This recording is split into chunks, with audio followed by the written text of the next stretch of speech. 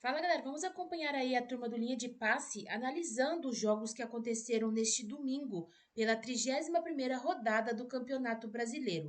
Tudo sobre São Paulo e a vitória do São Paulo sobre o Vasco e do Palmeiras sobre o Juventude. Vamos acompanhar aí.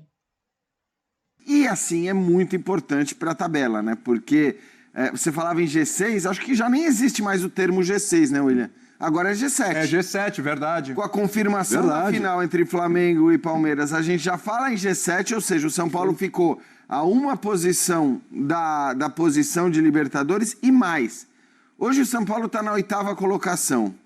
Se o São Paulo terminar na 8ª colocação, muito provavelmente é porque o Fluminense ou o Vasco estarão na 7ª colocação, o Cruzeiro certamente estará lá em cima. Então, o 8º lugar para o São Paulo também tem uma grande possibilidade de render vaga na Libertadores, dependendo de quem for o campeão da Copa do Brasil.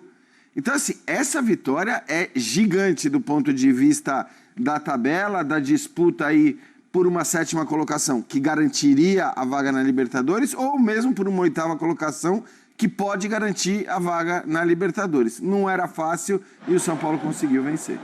Continha boa que você fez aí, Jean, porque é verdade. Palmeiras e Flamengo não vão descer tanto assim na tabela e um dos dois vai ganhar a Libertadores. Já estão os dois na final. Então o G7 ele já existe. Pronto, já tem a 7ª colocação.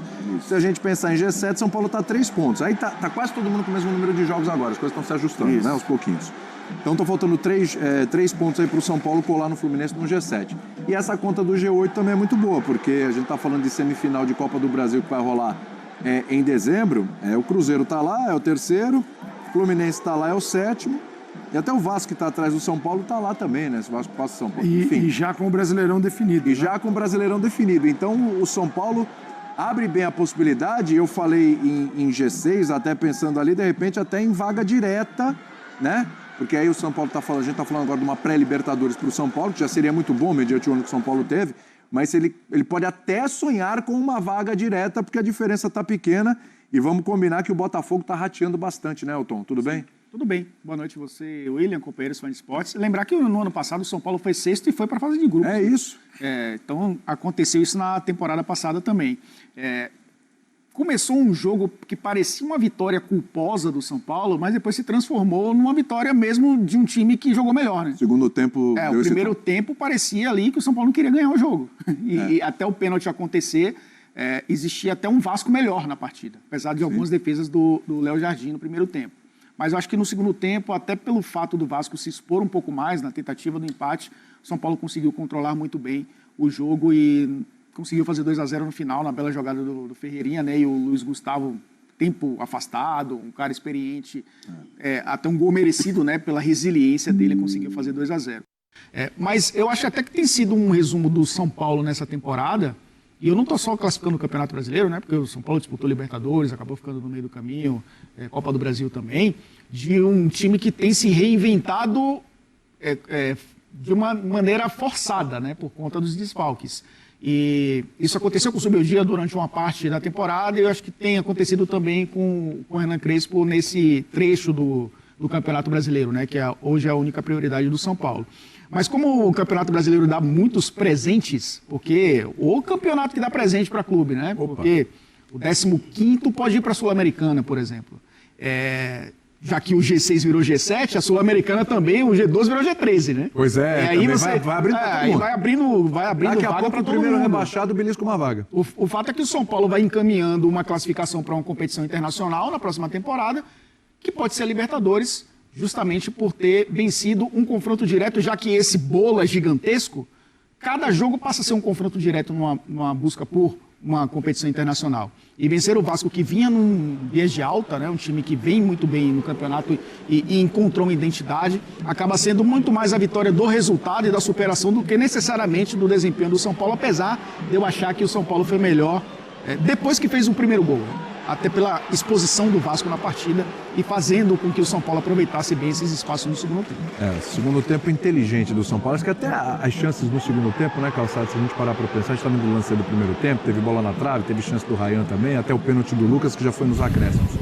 Mas, para a gente parar e analisar o segundo tempo, muitas chances do Vasco, sim, mas talvez as mais agudas, até pelo espaço Vasco proporcionou, as mais agudas, as mais perigosas do São Paulo, né? Tudo bem, Calçado? Olá, William, companheiros. Boa noite para você que nos assiste, porque tem dois Vascos atualmente, né? Tem o Vasco com Verratti e o Vasco sem Verratti. Sim. Porque o Diniz, funcionando nesses últimos jogos, e é um momento... A gente não pode dizer que o momento tenha mudado em função de uma derrota. Vamos aguardar o desdobramento disso. Mas era um momento, talvez, sem dúvida alguma, melhor do Vasco. Com o Diniz encontrando uma outra forma de jogar. Havia toda uma dependência do Verratti, porque ele molda o time. Tanto que, no primeiro tempo, sem o Verratti, o time cruzou 11 bolas. No segundo tempo, ele entra aos 13, o Vasco foi para 33 cruzamentos. De 11 para 33, ou seja, 11 no primeiro tempo, 22 no segundo. É claro, o tempo vai passando e aí o cruzamento se torna uma alternativa, né? Uma alternativa. E quando entra o Verratti, ele é uma necessidade, quase uma obrigação, porque é como você aproveita o jogo. Então, é um Vasco que com a bola mais rente ao gramado, um Vasco com a bola mais alta. E o Diniz coloca o Ryan por dentro, o Nuno aberto, tem o Coutinho, quando tem o Coutinho, realmente você tem uma outra forma de lidar com a bola no meio de campo e de abastecer esses jogadores. Realmente fica estranho ter o Coutinho para apenas fazer a bola chegar no lado para cruzar para o Verratti. Então o Vasco fica entre essas formas de jogar. Mas tem um momento que precisa do Verratti, né?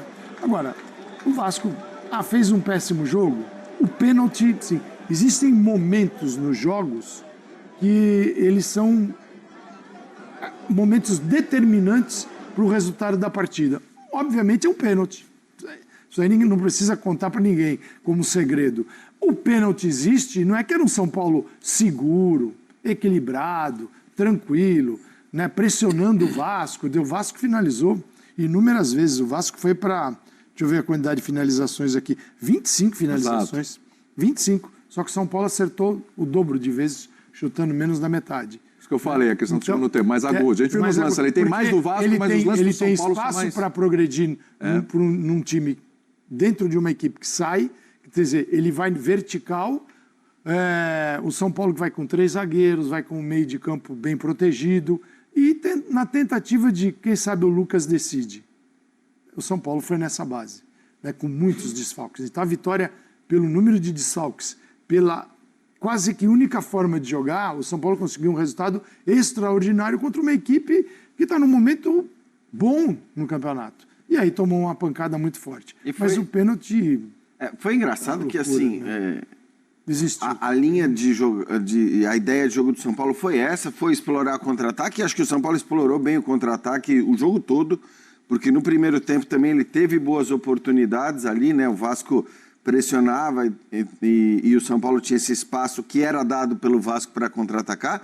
Mas o curioso é que a exceção foram 5 minutos iniciais. 5, 6 minutos iniciais, quando o São Paulo bota uma pressão ali na marcação na saída de bola do Vasco, essa marcação impede o Vasco de jogar. Então, foi algo surpreendente, até pelo contexto, pela conjuntura do jogo e os desfalques do São Paulo. Mas isso rapidamente mudou. A partir dos 10 minutos, acho que o jogo já toma aquele roteiro que a gente imaginava que seria o mais comum, com o Vasco tendo mais bola, tanto que o Vasco termina com mais de 60% de posse, tendo mais volume de jogo, acho que finalizou 25, 26 vezes por aí, mas o São Paulo levando perigo nos contra-ataques sempre, né? E acho que essa foi a tônica do jogo. Óbvio que no segundo tempo ia se tornar ainda mais a tônica do jogo, também pelas mudanças feitas pelo Diniz. Mas eu não condeno muito a atitude do Vasco. Há quem acha que ele abriu o time cedo demais, né? Quando ele tira um volante para colocar mais um atacante. Mas eu acho que, assim, dado o contexto do jogo e olhando para o que o Vasco conseguiu produzir, também não consigo muito crucificar essa decisão. O problema é que o Vasco não conseguiu fazer a bola entrar, por mais que tenha criado. O espaço que seria dado ao São Paulo foi dado, de fato, né? Em algumas o São Paulo desperdiçou e no final conseguiu matar o jogo. Mas eu acho que é aquele típico jogo que eu não consigo dizer que ninguém jogou mal. Acho que dentro das conjunturas ali, as duas equipes fizeram no caso do Vasco, uma razoável para boa partida. Claro que o Vasco já jogou melhor em jogos recentes, sem dúvida, mas é que o Vasco vinha jogando muito bem. Hoje eu não acho que o Vasco tenha feito um mau jogo, e o São Paulo, por todo o contexto, eu acho que fez a partida, do ponto de vista tático, ideal. E foram um número de finalizações, um número altíssimo no jogo. 36. Estou falando entre as duas Sim, das duas equipes. Só para o número certo, o Vasco acertou 8 e o São Paulo 6 no alvo. E 25-11, né, no total. Quer dizer, você vê como o São Paulo foi melhor. Sim, né? E como assim, o jogo permitiu isso. Sim. Né? O Vasco não conseguiu barrar o São Paulo no número de finalizações e nem o São Paulo também barrar o Vasco. E acho que quando o William falar, as chances do São Paulo foram mais claras, eu acho que tem um pouco a ver também com o fato de que não tem jeito. Chance em contra-ataque... É isso, porque abriu. Chance em contra-ataque, em geral, ela é mais clara. Quer dizer, a tendência de que não... Bom, essa aí nem se fala, né? O Rigoni realmente abusou da sorte. Eu digo abusou da sorte porque você imagina se o gol que sai logo depois é do Vasco e não do São Paulo, né? Ele não ia dormir essa noite. Mas no fim, o gol do Luiz Gustavo acaba tranquilizando tudo, inclusive para o Rigoni. Sabe o que é curioso? Diga. É a 4ª vitória do São Paulo como visitante no Campeonato Brasileiro. A gente lembra que em 2023 o São Paulo ganhou uma, que eu acho que foi o último jogo, inclusive, do São Paulo como visitante contra o Bahia, né? Ano passado ganhou 5. Ganhou 4 partidas como visitante, todas depois da pausa do Mundial, todas depois que o Hernan Crespo assumiu a equipe. A gente vê um São Paulo fora de casa também, jogando melhor. Porque venceu o Internacional, venceu o Juventude, 2 jogos no Sul, ganhar Caxias é difícil. Sim. Viajou para Fortaleza, o Fortaleza na zona de rebaixamento, assim como o próprio Juventude ganhou do Fortaleza e agora ganha do Vasco, que é um time que a gente sabe que no São Januário joga melhor do que joga fora de casa. A notícia boa, Elton, diante disso que você está falando, é que o São Paulo agora só joga fora de casa. Exatamente. Esse ponto. Como mandante. Então, é nesse ponto que eu ia entrar. É nesse ponto que eu ia entrar. Obviamente, né, que o São Paulo vai jogar como mandante fora do Morumbi. Tem 3 jogos como visitante mesmo, né, na casa do adversário no Campeonato Brasileiro, mas já é, primeiro, uma evolução em relação à temporada passada, que o São Paulo terminou em 6º e ganhou 5 jogos como visitante. A gente sabe que é importante vencer jogos fora de casa para garantir, no mínimo, uma vaga na Libertadores, mas é o recorte do Hernan Crespo. É o recorte de um São Paulo que, depois que o Crespo assumiu, consegue vencer fora de casa. E a gente sabe, não lembro se foi o Abel Ferreira, acho que foi o Rogério Ceni que falou sobre isso. Pega a tabela do Campeonato Brasileiro e olha quantos times vencem como visitante. Mais de 5 jogos. Poucos. São Paulo já conquistou 4. Eu acho que isso é fundamental para um time que, pelo menos, tem como esse objetivo principal agora, não vai disputar o título brasileiro, pelo menos chegar à Libertadores no ano que vem. Mas, assim, já vamos falar desse fator casa e fora de casa, porque os 2 próximos jogos do São Paulo serão na Vila Belmiro. É um acordo com o Santos. O Santos tem direito a 3 jogos no Morumbi, fez 2, fatídico jogo contra o Vasco e o jogo contra o Juventude. Tá faltando 1. E o São Paulo tem 2 jogos agora para fazer como mandante, você na Vila Belmiro. Meio de semana contra o Flamengo, e o jogo no outro final de semana, né, pré-data FIFA, contra o Bragantino. Os 2 na Vila. Um jogo 9h30 da noite e outro jogo às 9 da noite.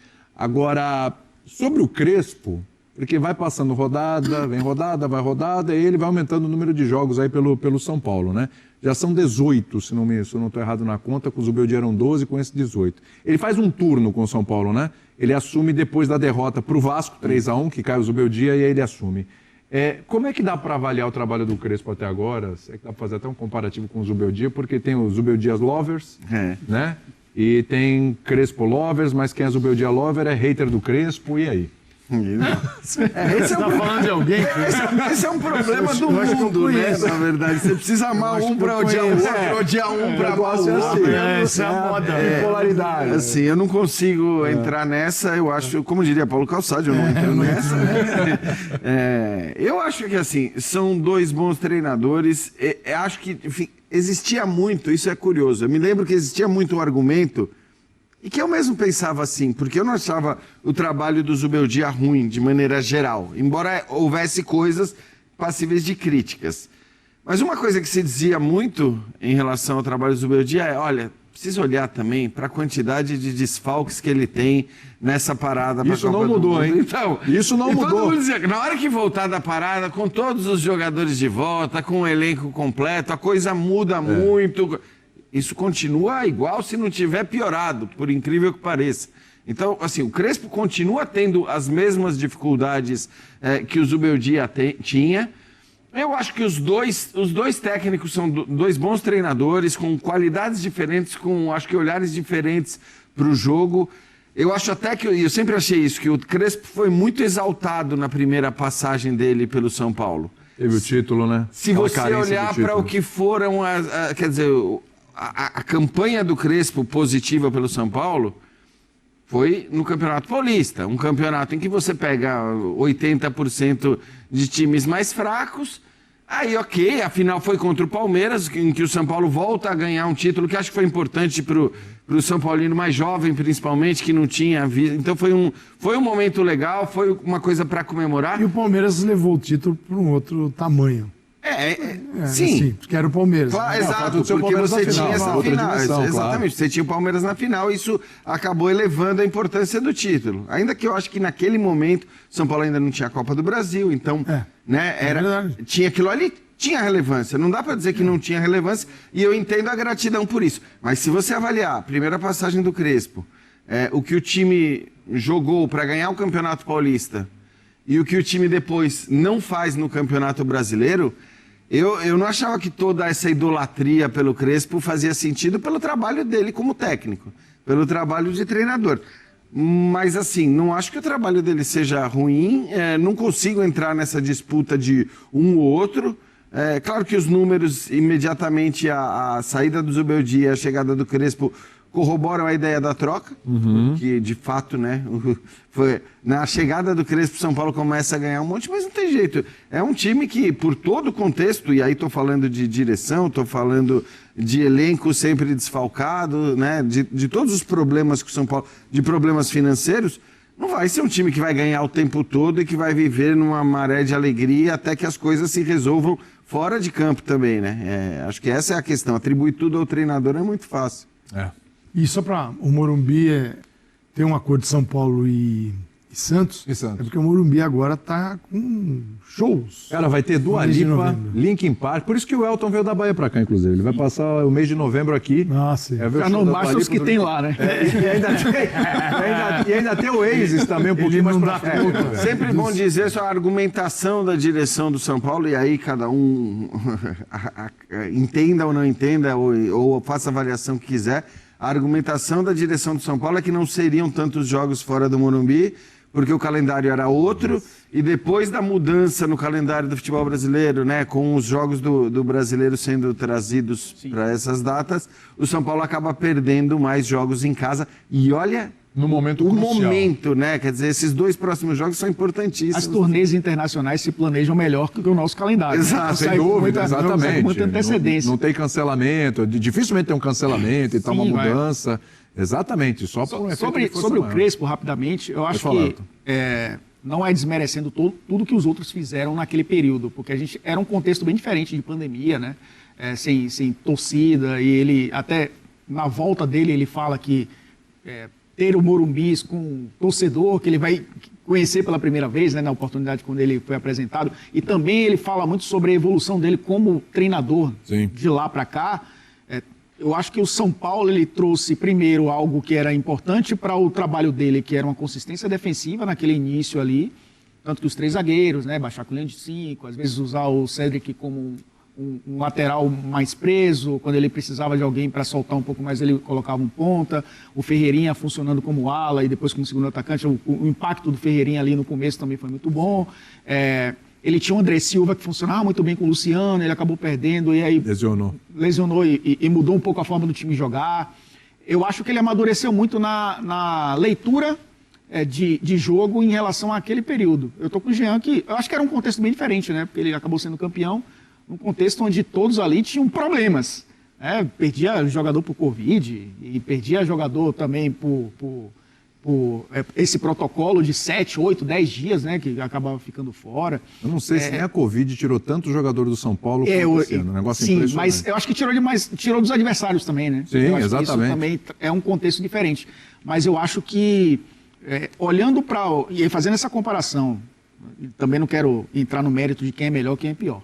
Zubeldia e Crespo, eu acho que ele consegue extrair mais do que ele não tem, do que o Zubeldia conseguir extrair. Essa sequência agora, entre aspas, fora de cá é isso, né? O Jean explicou bem aqui, teve uma questão de mudança de calendário que acabou determinando aí esses shows, né?